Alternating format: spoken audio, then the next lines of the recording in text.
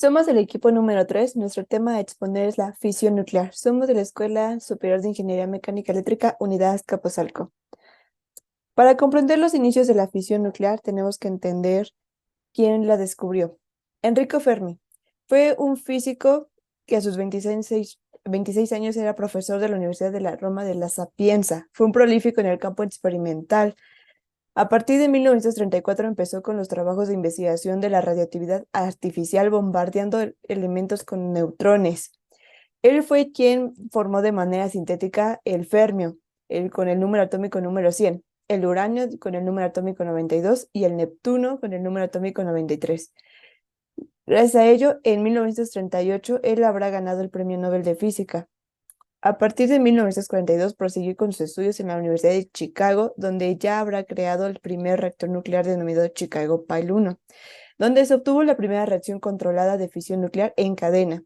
Este proyecto se desarrolló de Fermi junto con varios de sus colegas en una cancha de squash bajo las gradas de su estadio, ya sea por lo peligroso que fue ese proyecto, también a riesgo de ser cancelado. Este consistía en una esfera aplanada de unos 7.5 metros de diámetro, que contenía 380 toneladas de bloques de grafito, 6 toneladas de uranio metálico y 40 toneladas de óxido de uranio como combustible, distribuidos en un cuidadoso patrón que Fermi había diseñado. En esos momentos, a partir de 1942, Fermi comenzó a trabajar en el proyecto Manhattan, lo que actualmente conocemos como los proyectos para el desarrollo de la bomba atómica, donde fueron elaborados en Albuquerque, Nuevo México, la que se denomina el sitio Trinity. Fermi quien hizo los cálculos aproximados de su energía explosiva. En 1945, el Little Boy fue expuesto a la ciudad de Hiroshima. 3 días después, el bombardero Borstar dejó caer la segunda bomba atómica llamada Fatman sobre la ciudad de Nagasaki. Estas bombas atómicas fueron las primeras armas de destrucción masivas que en utilizarse en una guerra. Estaban hechas de un material radiactivo fisionable de uranio 235 y plutonio 239. Ambas detonaciones alcanzaron el fuego de más de 400.000 grados centígrados de temperatura en un radio aproximadamente de 2 kilómetros, calcinando y destruyendo todo a su paso y con una onda expansiva que viajó cientos de metros por segundo. La paradoja de Fermi consistía en la cuestión de que si el universo posee varias formas de vida inteligente. Este murió el 28 de noviembre de 1954 a sus 45 años de edad a causa del cáncer. Hola, mi nombre es Fernando de Jesús Gutiérrez Vázquez, soy estudiante de Lezima y de Azcapotzalco y yo les voy a presentar qué es. Es una reacción que se produce en neutrones mediante el bombardeo de determinados nucleóides, denominados núcleos fusionables, en lo cual un núcleo pesado, al ser impulsado por neutrones, se convierte en inestable y se descompone en dos núcleos, cuyos tamaños son del mismo orden de magnitud, con gran desprendimiento de energía y la emisión de dos o tres neutrones. Estos neutrones, a su vez, pueden ocasionar más fisiones al interaccionar con nuevos núcleos fusionables que emitirán nuevos neutrones. A esto se le llama reacción cadena.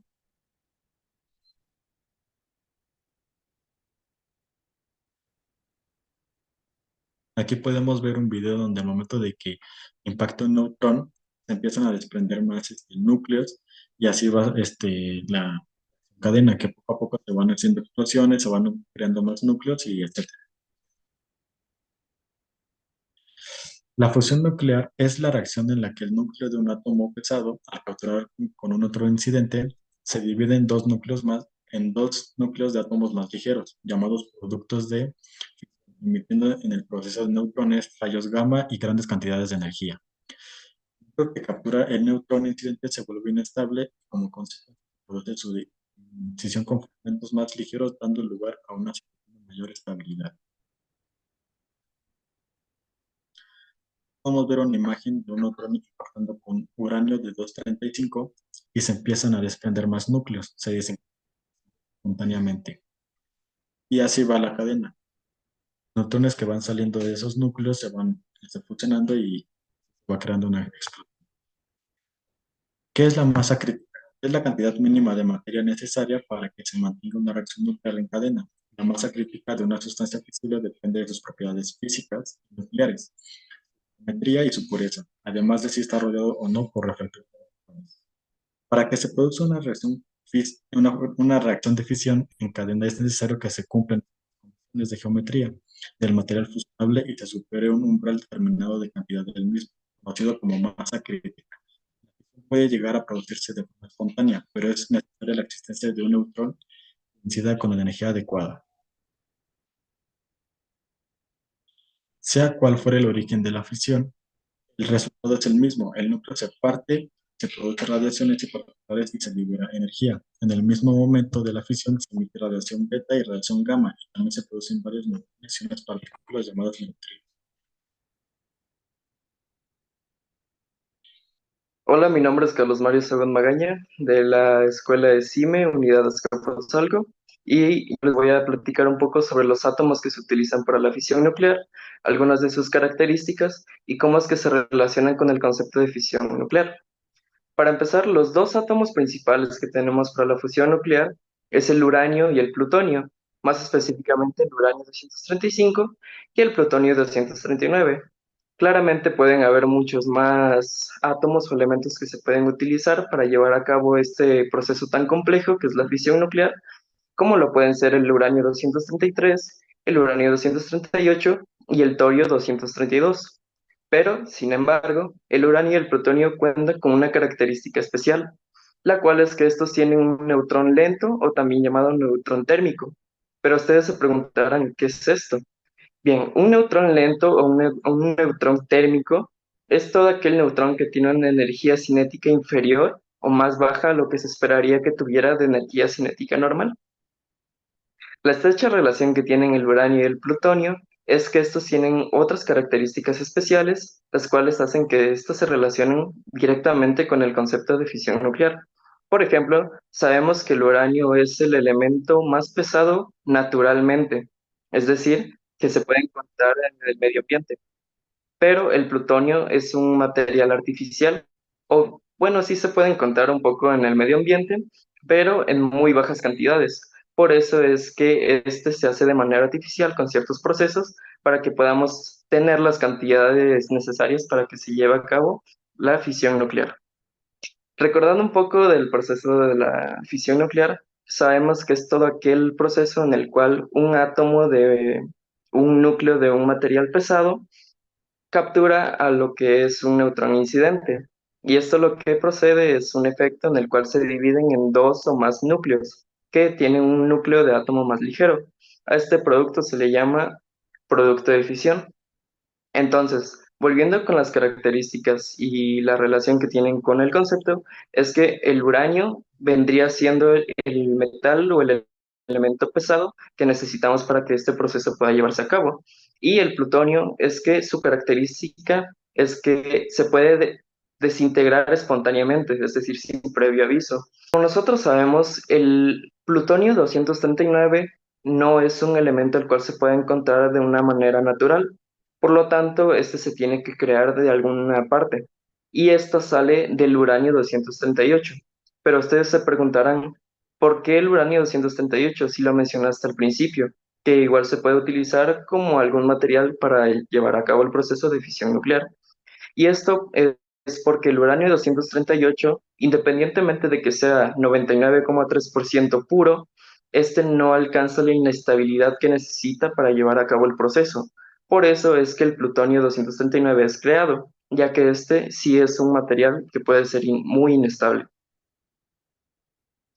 Hola, soy Carlos González Hernández de la ESIMA Azcapotzalco. Voy a hablarles un poco acerca de los reactores de fisión nuclear. Hay que tener en cuenta que la central nuclear es muy parecida a la central térmica, pero se diferencian ya que la central nuclear consiste en generar su energía en base a reactores. Siguiente diapositiva. Es aquí que tenemos que tener en cuenta muy claros los pasos para poder ejecutar de forma correcta y adecuada un reactor de fisión nuclear para poder evitarnos de cualquier tipo de situación que ponga en riesgo tanto a los trabajadores como al medio ambiente. En el video de nuestra mano izquierda podemos ver el mantenimiento que se le da a un reactor nuclear de fisión nuclear. Y en el lado izquierdo vemos el proceso que se le da a un tubo que contiene el combustible del reactor de fisión nuclear donde actúan los átomos de uranio y plutonio. Siguiente diapositiva. Tenemos que el uranio 235 va a ser en su mayoría el mayor presente dentro de nuestro reactor de fisión nuclear. Ujú. En nuestra imagen del lado derecho podemos ver cómo actúa un efecto llamado efecto de Cherenkov, que fue descubierto en 1934 por el físico soviético Pascal Cherenkov, lleva su mismo nombre por ello, en el cual podemos ver que la luz azul es el resultante de la velocidad a la que se mueven los átomos dentro del reactor, y esa podemos percibirla con los ojos humanos de este color azul. Siguiente diapositiva. Entonces, como mis compañeros ya lo han comentado, dentro del núcleo existe un comportamiento de fisión nuclear dentro del uranio 235 y plutonio 239, en el cual se dividen y generan esa energía calorífica para que pueda el reactor de fisión nuclear generar energía eléctrica. Siguiente diapositiva. En el video que se nos está presentando podemos observar cómo es que funciona un reactor de fisión nuclear. En el centro, donde observamos la parte verde, es donde están nuestros tubos, donde se comienza la fisión entre los átomos del plutonio y el uranio.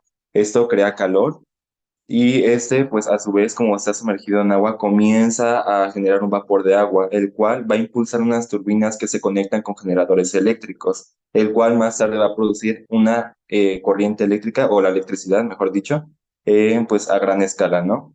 Y pues ya ¿cómo se llama? Los tubos que ya no sirvan o que sean, pues ya no aptos para seguir con el proceso de reactor, se depositan en las piscinas para que después se le haga un proceso que sea seguro para su manejo. Siguiente diapositiva. Y tenemos los tipos de reactores de fisión nuclear. Tenemos el de presión de agua, el cual pues se va a mantener siempre en un estado líquido y pues solamente va a pasar en una fase de vapores cuando se introduzca en la forma de impulsión de turbinas y va a regresar a el núcleo de una forma líquida debido a que se va a precipitar y va a tener una etapa de condensación. En lo contrario, en el reactor de ebullición siempre va a salir desde el núcleo hasta el proceso de turbinas y donde tenga el proceso de condensación en estado de gaseoso y va a regresar igual de la misma forma que en el de agua, en forma líquida al núcleo. Hola, mi nombre es José Dalí García Rosas y hoy les voy a hablar sobre las ventajas y desventajas de la energía de fisión nuclear. Una de las ventajas que existe es que garantiza suministro eléctrico en todos los días del año, los 365 días del año, las 24 horas. Y esto pues literal representa una gran ventaja ya que puede suministrar el sistema eléctrico por todos los días del año. Otra ventaja que existe es que es un método de electricidad que no produce efectos de gases de efecto invernadero y aparte no contamina demasiado, lo cual también, gracias a esto, pues provoca que no tengamos una dependencia acerca del petróleo, ya que todavía existen varios procesos que necesitan petróleo para poder generar electricidad, lo cual genera un gran impacto al medio ambiente. Hablando de sus desventajas, su principal desventaja es su seguridad, ya que siempre debes tener todas las personas que trabajan en una planta de fisión nuclear deben de tener en cuenta todos los sistemas de seguridad, porque si ocurre un error, literal puede terminar en un acto catastrófico que afecta a todo el medio ambiente, lo cual es la siguiente parte, ya que produce muchos residuos radioactivos, los cuales afectan al medio ambiente y a su entorno alrededor, ya que también los residuos se entierran, pero con el tiempo todos estos residuos terminan saliendo y afectando todo su ambiente alrededor. Siguiente diapositiva, por favor. A la de Chernobyl. Y viéndose reflejado en esto, está el ejemplo de Chernobyl, el cual fue el mayor evento, es la peor consecuencia de un reactor de fisión nuclear, el cual provocó la muerte de más de 90, entre 4.000 a 90.000 personas a causa de la radiación que se produjo, ya que principalmente el gobierno no evacuó la zona de Chernóbil donde había ocurrido el accidente para